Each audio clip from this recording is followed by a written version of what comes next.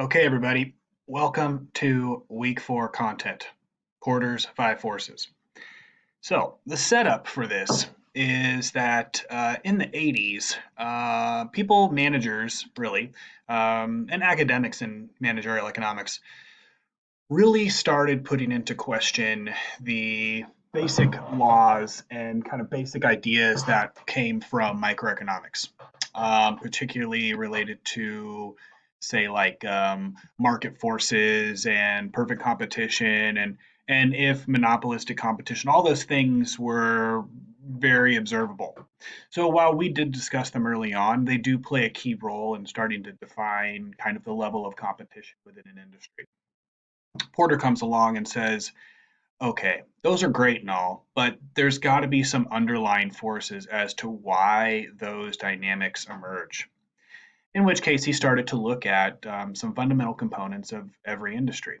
Now, Porter believes that you can describe any level of competition in any industry given these five forces. So it has been a fairly widely used tool in management programs, MBA programs, and has gained a lot of notoriety as an effective analysis to understand competitive dynamics for at like a very small level, say in a local economy, all the way up to a national economy.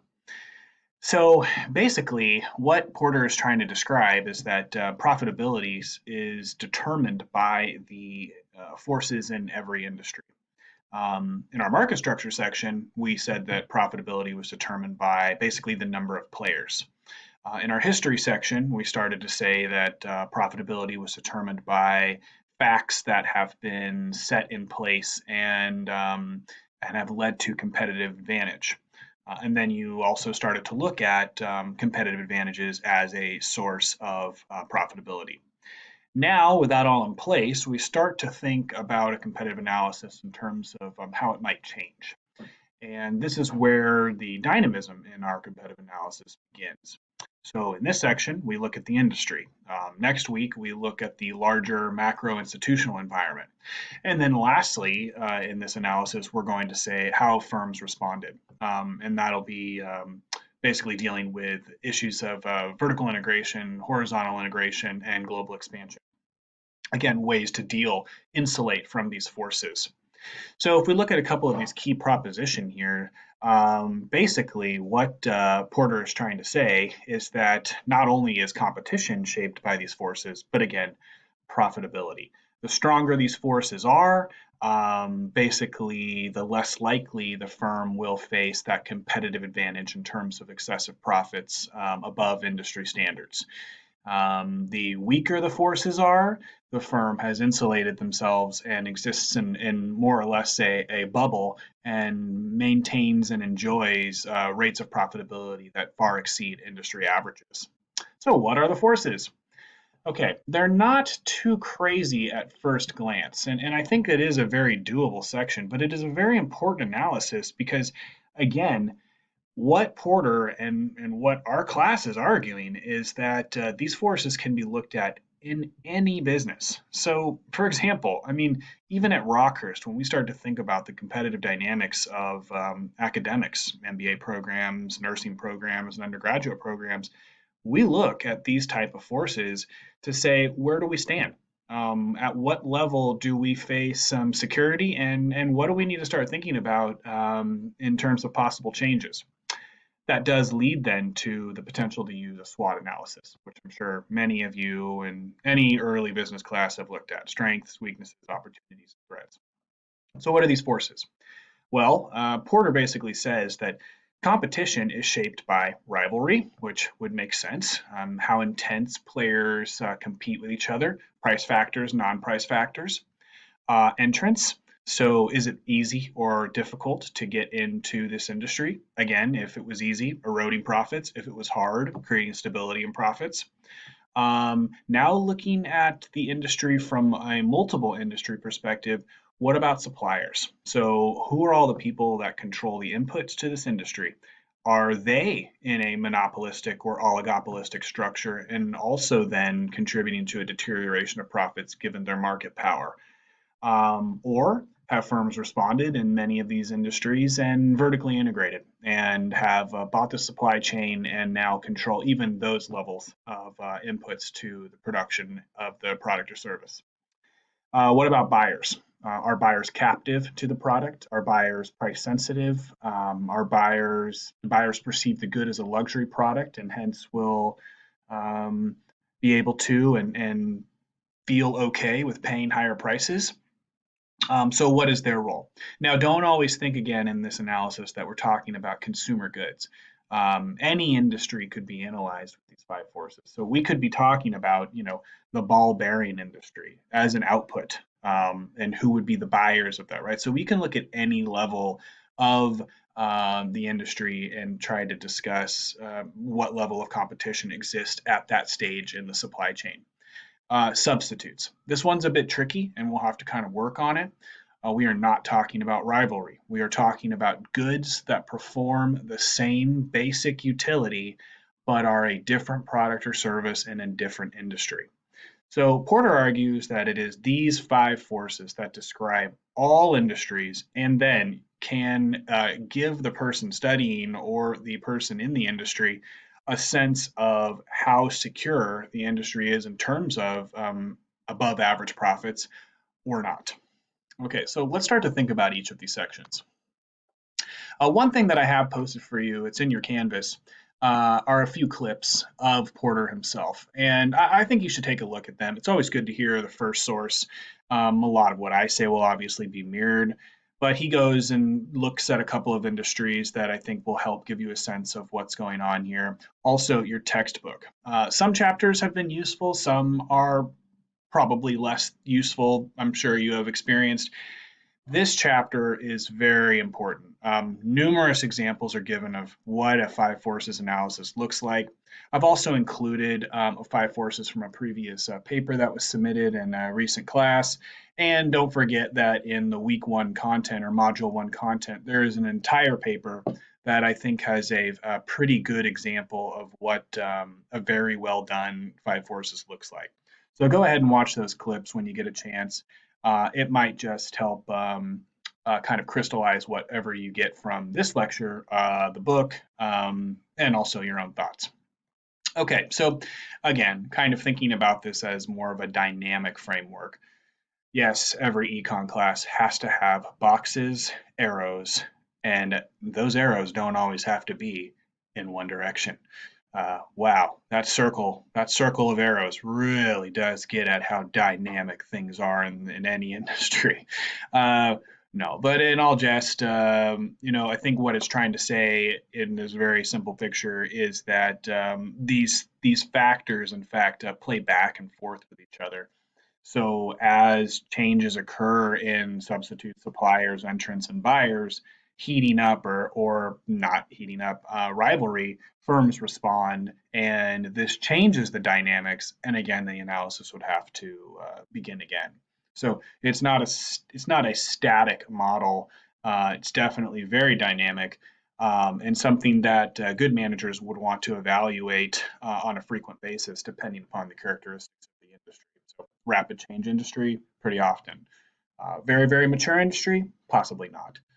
Okay, so here is kind of the basics of what you needed to know. So if you stopped here in the lecture, you would most likely be fine, but I do think that you should continue on to get a sense of what each of these forces implies, and then relating that back to the paper prompt so that you can actually create a good section.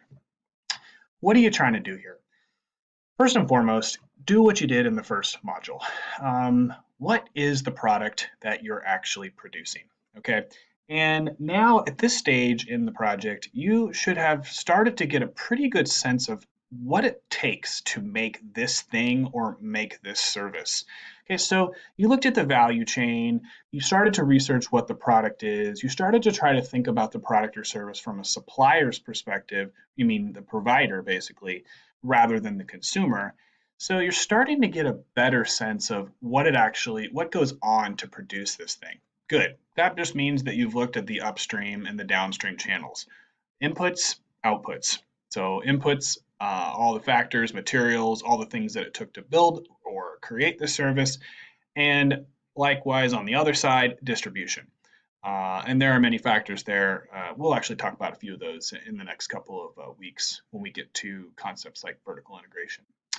Okay, once you've identified this value chain or this supply chain, and you start to get a pretty good sense of how this product has actually been constructed, who's doing it? Okay, so you need to start to think about, are these firms doing this themselves? In other words, they are making all components of the production process, or are they using the market? Right. So you start to get a sense of, okay, do they deal with suppliers? How does the product get to distribution? Who is engaged in actually selling their product or service?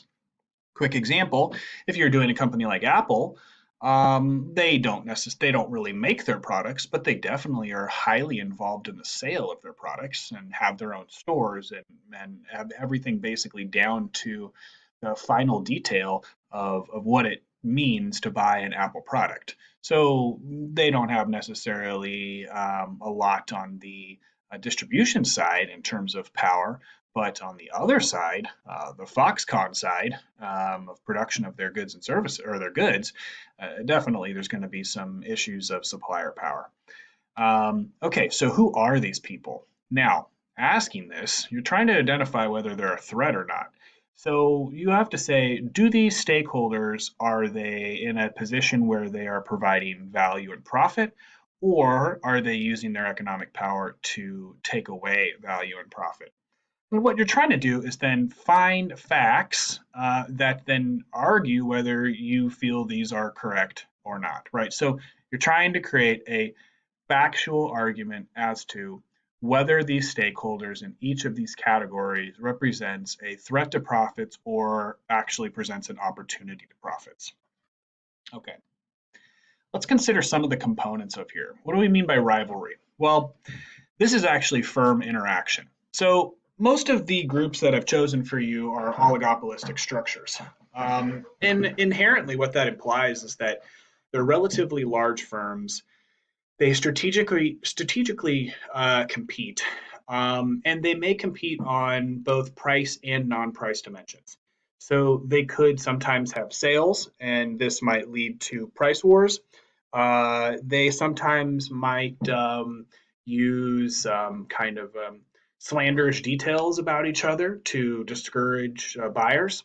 Um, in not all countries is this the case. Sometimes that's illegal, but in the United States, there's a pretty big wiggle room for firms attacking each other. They might use differentiation through sponsorships. Okay, so these are kind of the competitive dynamics that these firms are having to utilize with each other, particularly in the case of an oligopolistic industry.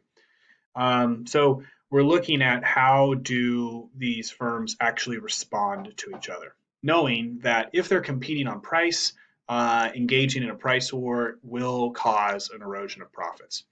What type of environment do you see price-based competition? That's typically with a lot of competition. So when the products are highly homogeneous, you start to see firms having to rely solely on the price of the good to attract market than, say, differentiating qualities.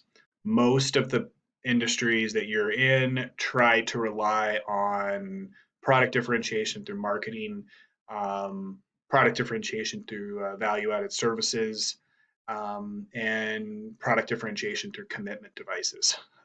So loyalty programs, rewards cards, um, memberships, those type of things, where again they're in fact causing you to spend more money with them as they keep you on and develop the perception that those are the firms where you get these goods or services. Okay, now clearly it's the case then that if they're having price competition, that's going to drive down profits. You could also see this non-price competition, but just as the price competition drives down revenues, non-price competition is going to drive up costs. So all of the things I just mentioned, all the rewards programs, membership programs, all those things cost money to the firm. And the goal is then to hopefully either while spending on those costs, allow the revenue to be greater than what it took to create any of those devices, commitment devices, and so forth. So the trick is internal rivalry is really what you're trying to identify here is, do the firms respond to each other? How likely are they to respond if one firm makes an action? How likely is Southwest to respond to moves by United or American Airlines?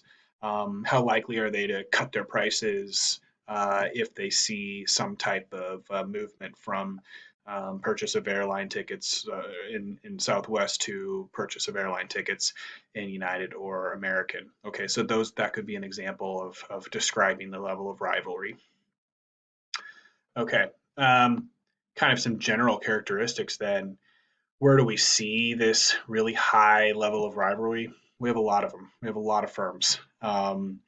Some firms have maybe some type of competitive advantage that they've had withstanding. Could be learning curve issues, could be technological issues, where basically they have learned how to produce the product or service for cheaper. In industries where there is excess capacity, firms, remember, have to maintain some level of yearly output to meet forecasts and profit expectations. If they're public companies, definitely. If they're private companies, they may have internal shareholders and they may also have debt. They may also have debt that they need to service, in which case they need to sell their goods. So where are you going to see higher rivalry between firms? In industries where you start to see excess amounts of product or excess inventory. Think about how much cheaper electronics have become. There's excess capacity. Think about those times when it's expected that we'll see a pretty big increase in the sale of autos. There's a couple of years then after that, if it doesn't work, where cars get slashed on prices or they provide 0% financing for 5 years, essentially giving away free money to buy their vehicles. So excess capacity definitely is an issue because, again, what it means is there's too much of it. So what are we going to see? Firms will then have to compete with each other to sell it quicker. Undifferentiated products. So this could be, again, kind of similar to the idea of a homogenous products, but it's where a consumer can switch easily. They don't necessarily care so much about the nature of the good. They want the cheapest one. I always like to think of silly examples like, like toilet paper.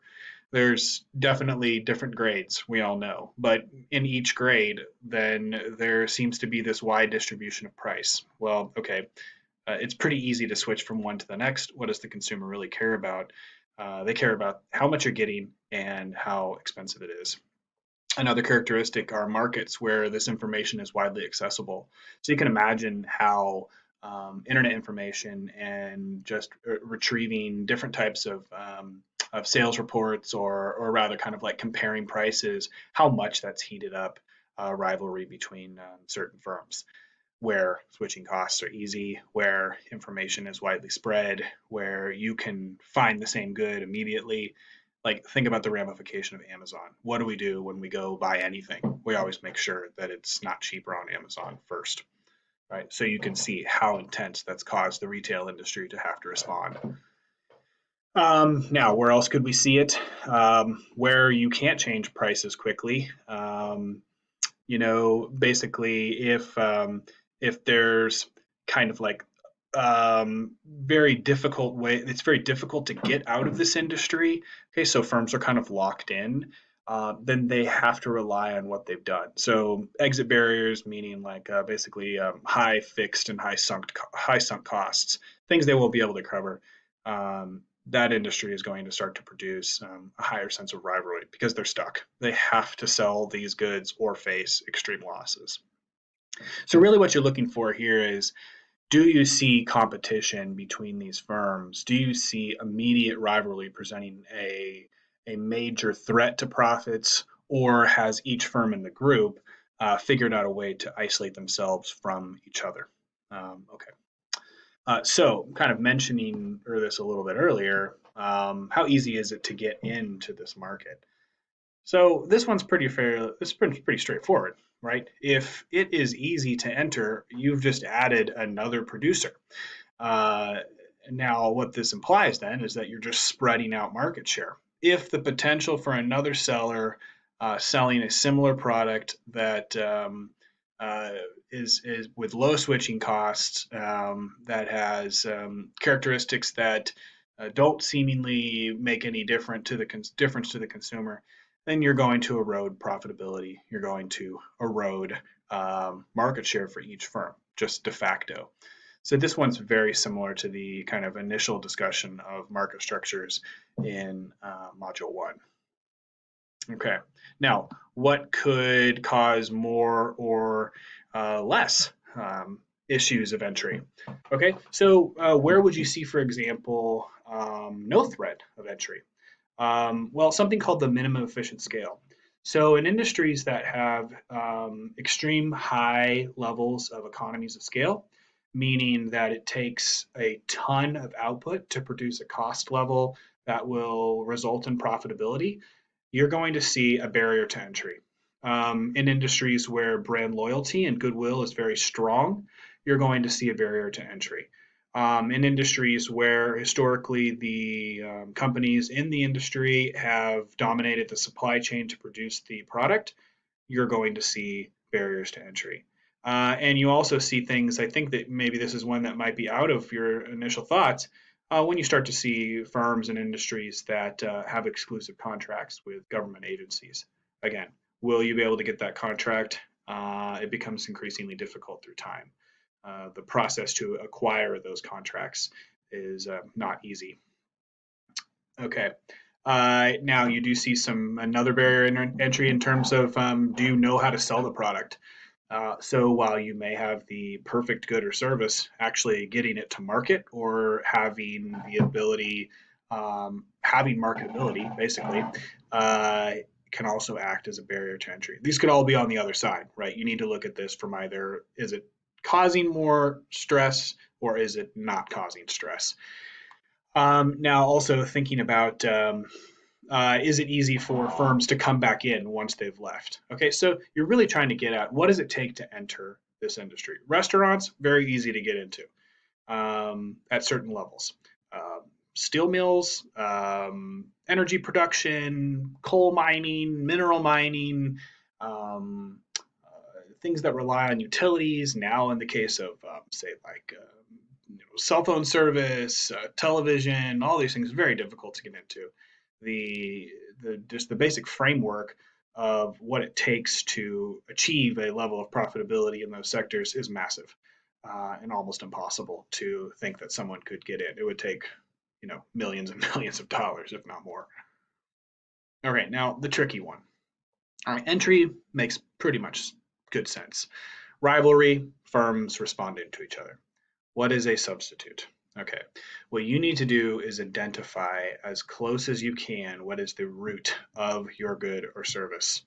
Okay, and then start to think how can a buyer achieve the same benefit from something else in a different industry?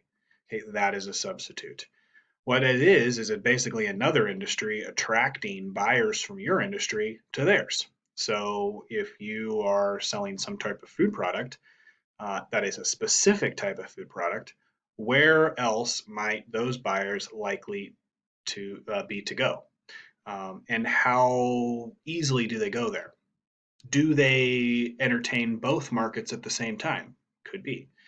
So substitutes are, again, something that provides the same benefit somewhere else. Classic example. What do you get from riding a roller coaster? Right? You could say fun, so forth, but really it is thrill. You're really trying to get some type of adrenaline boost. Think now about all the other ways you can get adrenaline boost. Now think about who sells roller coasters. We now have identified substitutes to that entertainment district or that entertainment industry. So if I can get the same sense of skydiving from iFly, I now have realized, in fact, I do have two substitutes. They are different products servicing the same fundamental basic need or want, adrenaline. Okay. Now, while substitutes can erode profitability, complements can boost them. So you need to be thinking what it could be a complement of your strategic group's product. When you start to think like things like hotel, right? Hotels have so many. The whole nature of their business is complements. So it's not just that you stay there; it's that you eat there, it's that you swim there, exercise there, shop there, do business there, have conferences there, get all the entertainment you need there, right? Everything is a complement, and they do that on purpose because the initial product itself is basically nothing. It's a room with a bed, no matter how fancy it is. Their whole business is compliments. Okay. So it's a positive thing. Now, what you again then would have to argue is, are those compliments kind of competitive par? All firms have to do it, or do any of them represent competitive advantage to this group, to any individual firm? Something that we haven't covered or maybe you haven't thought about is price elasticity. Basic concept from principles of micro. But really, what it gets down to is just how sensitive are buyers. So, if buyers perceive substitutes as just as good, then we're going to see a price elasticity that's quite high. Meaning, if they see a drop in the price of a substitute and they switch, we know that your product isn't really all that special. So, trying to look at basically kind of consumer demand here and trying to get a sense of how loyal are buyers to this good versus substitutes. Okay, I think I have a bit more here. Okay, we've talked about now, let's see, entry, rivalry, substitutes and complements. Okay, what about upstream? The supplier power. Okay, so this is really where you have to kind of get intimate with the nature of your product. Um, does your company own the supply chain or do they use a common supply chain? And who are those firms? Are there many of those firms? Are they historically in a economics power position? Um, how large are they? Do they have a pretty tight industry in terms of above average profits? If they do, you're starting to basically suggest that suppliers have quite a bit of power. They can hold up your profits. They can bargain down your profits. And this will lead you to, in the future of this paper, starting to think about, well, that's when firms start to buy up their supply chain and vertically integrate. Okay, so what kind of characteristics would be can kind of have some supplier power? Concentrated industry upstream, locked in relationships. So sometimes firms will engage in 5, 10 year contracts. Think about the actual, not airline industry, but the airplane manufacturing industry. Boeing, Airbus, they have 25-year contracts for the production of new fleets for all of the airlines. Here's the deal. If any of those airlines go up, guess what? There's going to be a new one who replaces them and who's going to buy those planes. So they have a lot more power in the industry than you would imagine. In fact, it's the suppliers of the airplanes that erode most of the profitability of the airline industry. You'll get a little bit of sense of that when you watch Michael Porter in one of those clips that I posted for you. Okay, so now, don't kind of, we have to start to think about this industry, all of these industries, not just always as like the final consumer product, but we just really want to make you kind of start to see that there are industries that provide inputs and there are industries that sell the outputs. So try not to get confused by the two because clearly the firms in the industry that sells the output will be the buyers at one stage, and that will be a different force in itself. Okay, so what kind of factors would you look at when you're starting to research what supplier power would look like? You're basically doing another five forces just in the upstream. You're doing a five forces at the level of the providers of the inputs. So kind of analyzing, okay, what goes on to get the things that are needed to make the product or service?